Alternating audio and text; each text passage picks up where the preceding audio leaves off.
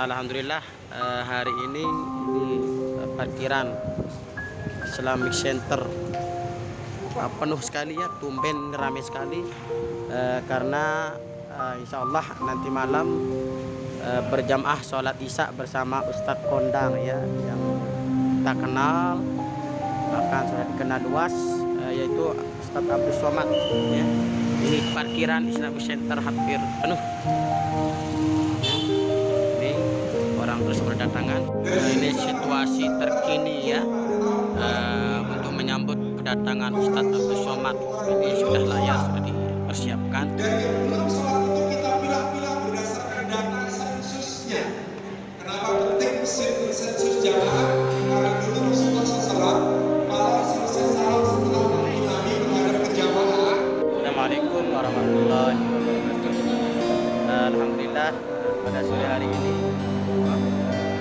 berada di Islamic Center Nusa Tenggara Barat, kebanggaan masyarakat Nusa Tenggara Barat. Jadi alhamdulillah, malam hari ini ada kajian muslim yang diselenggarakan di Islamic Center. Ini alhamdulillah antusias masyarakat. Potong karena keluarganya memaafkan, dia sudah jatuh, mau dipotong jatuh, akhirnya keluarga memaafkan. Jadi nanti mana tahu ada orang mau dipotong, pura-pura aja jatuh biar dimaafkan. Lalu kemudian dilepaskan. Selesai itu saya pun naik taksi pulang ke hotel, lalu ditanya sama supir sekti orang Yaman. Dari mana? Saya tadi dari melihat Kisos, Pancung Kepala. Saya sudah 10 tahun tinggal di sini, sekalipun belum pernah melihat, kata dia. Kami karena kebetulan saja melihat banyak mobil polisi di samping masjid. Dulu itu aslinya di samping Masjid Nabawi. Kenapa? Karena hukum ini mesti dilihat oleh orang banyak. La ta'khuzkum ra'fatun. Jangan ada rasa kasihan. Kenapa? Demi tegaknya amar ma'ruf nahi mungkar. Penjara penuh, habis anggaran negara untuk memberi makan penjahat. Padahal ada hukum yang lebih efektif. Selesai. Tak perlu banyak-banyak. An-nafsu bin nafsi, pembunuh. Bagaimana mungkin seorang pembunuh menghabisi nyawa orang lain? Diberikan tidur, diberikan makan, diberikan nyaman. Orang bayar pajak hanya untuk mengasih makan pembunuh. Na'udzubillah. Maka dalam Islam, la yahillu damu mri'im muslim illa bi ihda thalath. Tidak halal darah orang kecuali dia melakukan 3. Yang pertama, an-nafsu bin nafsi, nyawa dibayar dengan nyawa. Yang kedua, as-sayyibuz zani, sudah menikah, berzina, maka ditanam setengah badannya, dilempar batu pakai sampai bati. Asy-syaikhu wasy-syaikhatu, laki-laki, perempuan, idza zanaya, kalau dia berzina, farjumuhum al-battah. Yang ketiga, at-tariku lidinihi al-mufariqu lil jamaah. Orang yang murtad meninggalkan agama, pengkhianat, maka hukumnya adalah hukuman mati. Di mana hukuman mati dilaksanakan? Di samping masjid. Selesai sholat Jumat, semua umat melihat, memberikan efek jera. Makna hukum adalah supaya orang melihat hukuman itu, datang jerahnya. Hukum bukan direndahkan, dilemahkan, dipotong. Sehingga apa? Sehingga orang tidak memberikan efek jera. Dia berpikir, nanti paling-paling ditangkap. Kan bisa keluar sekali-sekali. Paling-paling nanti akan ditangkap. Bisa pula liburan ke tempat-tempat piknik. Nah ini semua tidak memberikan efek jera. Maka ketika itu dihukum di tempat orang ramai, di samping masjid, maka ini hukuman menjadi sesuatu yang luar biasa. Az-zaniyatu, pezina perempuan, waz-zani, pezina laki-laki, fajlidu kulla wahidin minhuma mi'ata jaldah. Cambuk dia 100 kali. Di mana dicambuk? Di dekat masjid. As-sariqu, pencuri laki-laki, was-sariqatu, pencuri perempuan. Faqta'u aydiyahuma, potong kedua tangannya. Di mana hukuman ini ditegakkan? Di samping masjid. Semua mata melihat, memberikan efek jera. Poin yang ketujuh, bahwa pada zaman Nabi SAW selesai melaksanakan sholat, Nabi mengadakan dialog. Jadi tidak selamanya monolog. Satu-satunya yang monolog searah hanya khutbah Jumat. Khutbah Jumat tidak pernah Nabi selesai khutbah bertanya, jamaah ada pertanyaan silakan tulis di kertas, tak ada. Makanya nanti kita ada dialog. Saya dari dulu kalau tausiah itu ada dialog. Tidak selamanya manusia ini mau diceramahi saja. tapi mesti ada timbal balik, ada flashback, satu arah dari penceramah sebagai muqaddimah pengantar, lalu kemudian ada sesuatu yang ingin disampaikan oleh jamaah. Dan itu dilakukan oleh Nabi di dalam masjid. Dialog dengan masyarakat di dalam masjid. Ada Menteri Besar Kelantan, almarhum Nik Aziz, beliau selesai sholat Jumat, beliau duduk mendengarkan semua keluhan masyarakat dan membuat pengajian sehingga pasar-pasar datang, tenda-tenda dipasang di samping masjid, orang semuanya datang. Bisa dicari rekamannya di YouTube. Begitu juga dengan Syekh Ali Jum'ah. Syekh Ali Jum'ah, ulama besar Al-Azhar, ahli usul fikih. Apa kata ulama Maroko? Seandainya kitab-kitab usul fikih di dunia ini terbakar, habis semuanya gosong, tapi masih ada Syekh Ali Jum'ah, lakafa, cukup. Karena kepalanya menyimpan kitab-kitab usul fikih di dunia. Beliau di Masjid Sitta Oktober selesai sholat Jumat duduk berdialog dengan masyarakat. Saya sudah mulai coba habis sholat Jumat mau dialog tak bisa. Karena tradisi tempat kita habis sholat Jumat makan. Orang lapar tidak bisa dialog. Nah, jadi tidak apa-apa habis sholat Jumat makan, habis makan baru diadakan dialog tanya jawab masalah kehidupan di masjid.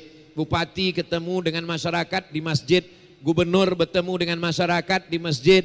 Ada yang ingin ditanyakan, tidak mungkin orang sumpah serapah caci maki dalam masjid. Nah, ini dialog Nabi dengan para sahabat itu diadakan di dalam masjid. Poin yang ke-8, masjid sebagai tempat menuntut ilmu. Makanya kita senang sekali habis kajian subuh, habis sholat subuh ada kajian subuh, habis sholat duha ada kajian duha, sore petang habis asar ada pengajian ibu-ibu wirid yasin. Malam dari maghrib ke isya ada pengajian, dari isya ada tanya jawab. Malam Senin, Ahad malam Senin dibuat kajian akidah, Senin malam Selasa kajian fikih, Selasa malam Rabu kajian tafsir, Rabu malam Kamis kajian hadis, Kamis malam Jumat wirid yasin, Jumat malam Sabtu tablik akbar. Nah, ini semua ada kajian berkurikulum. Ngaji di masjid sehingga tidak cukup hanya dengan khutbah. Pengajian dari kitab kecil. Untuk kajian hadis Arba'in Nawawi, khatam Arba'in 40 hadis Riyadus Salihin, khatam Riyadus Salihin baca lagi kitab Al-Azkar, khatam kitab Al-Azkar baca lagi kitab Bulughul Maram min Adillatil Ahkam, khatam Bulughul Maram Jawahirul Bukhari, ringkasan Sahih Bukhari, khatam Jawahirul Bukhari Sahih Bukhari, tamat Sahih Bukhari Sahih Muslim, tamat Sahih Muslim ustadznya meninggal. Nah, mesti ada berkelanjutan, diganti oleh ustadz yang lain. Kajian tafsir Syekh Muhammad Mutawalli Asy-Sya'rawi. Jadi masjid sebagai tempat transformasi ilmu pengetahuan. Tidak bisa ngaji tafsir di kelas. Hanya 2 SKS tafsir. Potong pertemuan pertama, potong mid semester.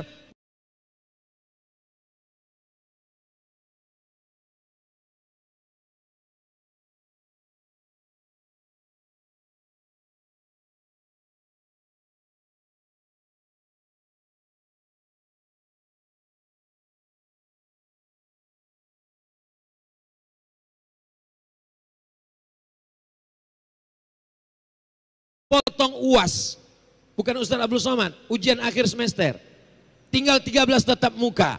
13 tatap muka masih lumayan dulu ketemu. Sekarang online. Ngajinya online, tidak bisa.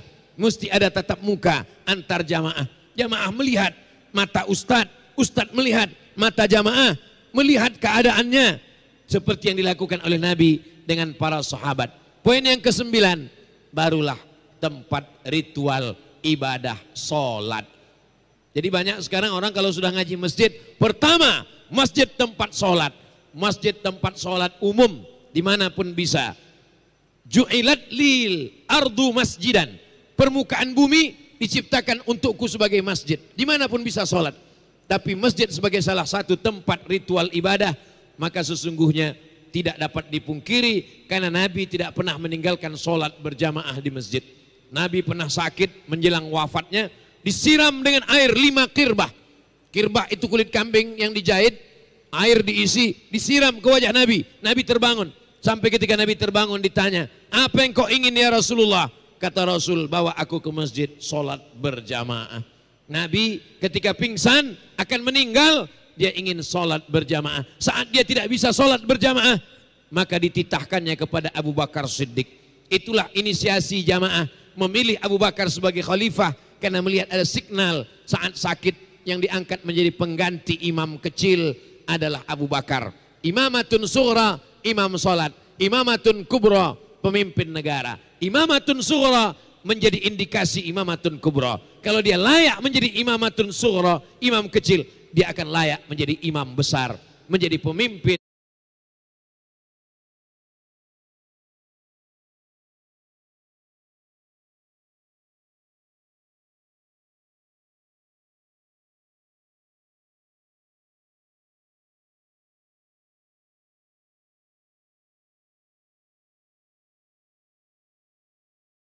Muslim United, bersatunya umat Islam dari berbagai macam ormas, dari berbagai macam latar belakang pendidikan, pesantren modern maupun pesantren salafiyah, dari mulai berbagai macam basic pendidikan, bertemunya di dalam masjid. Karena kalau sudah di dalam masjid, manusia tidak lagi dibedakan antara penguasa dengan rakyat jelata. Dan kita melihat itu di Masjid Islamic Center Nusa Tenggara Barat. Nampak Pak Gubernur naik di atas, begitu Habib pembawa acara, moderator kita datang, beliau turun ke bawah. Sama, besok di kantor gubernur baru berbeda lagi.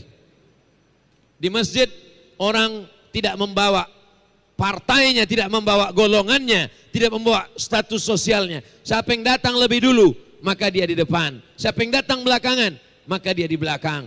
Siapa yang tinggi jabatannya, siapa yang rendah, semuanya sama. Itu bisa kita lihat di masjid. Kalau masjid bisa menampilkan itu, maka kita menampilkan Islam. Barulah orang-orang di luar Islam akan melihat pelajaran. Oh, ternyata orang Islam begitu rata di hadapan Allah Subhanahu wa taala. Wa annal masajida lillah, masjid milik Allah Subhanahu wa taala. Itulah 10 poin yang dapat saya sampaikan pada kesempatan kali ini. Saya yakin jamaah tidak ingat semuanya. Jangankan jamaah, saya aja pun kalau disuruh ngulang enggak bisa berurutan lagi. Tapi alhamdulillah Allah Maha Kasih Maha Sayang, dia kirim produk Jepang untuk mengingatkan kita. Itulah kamera-kamera yang merekam itu semua. Semua ini direkam, yang tidak bisa melihat, yang lupa, tidak ingat, bisa ditonton ulang di channel Ustadz Abdul Somad Official. Subscribe, like, share, and comment. 10 poin. Allahu Akbar, Allahu Akbar, Allahu Akbar. Saya kembalikan ke Habib Ja'far. Terima kasih. Wassalamualaikum warahmatullahi wabarakatuh.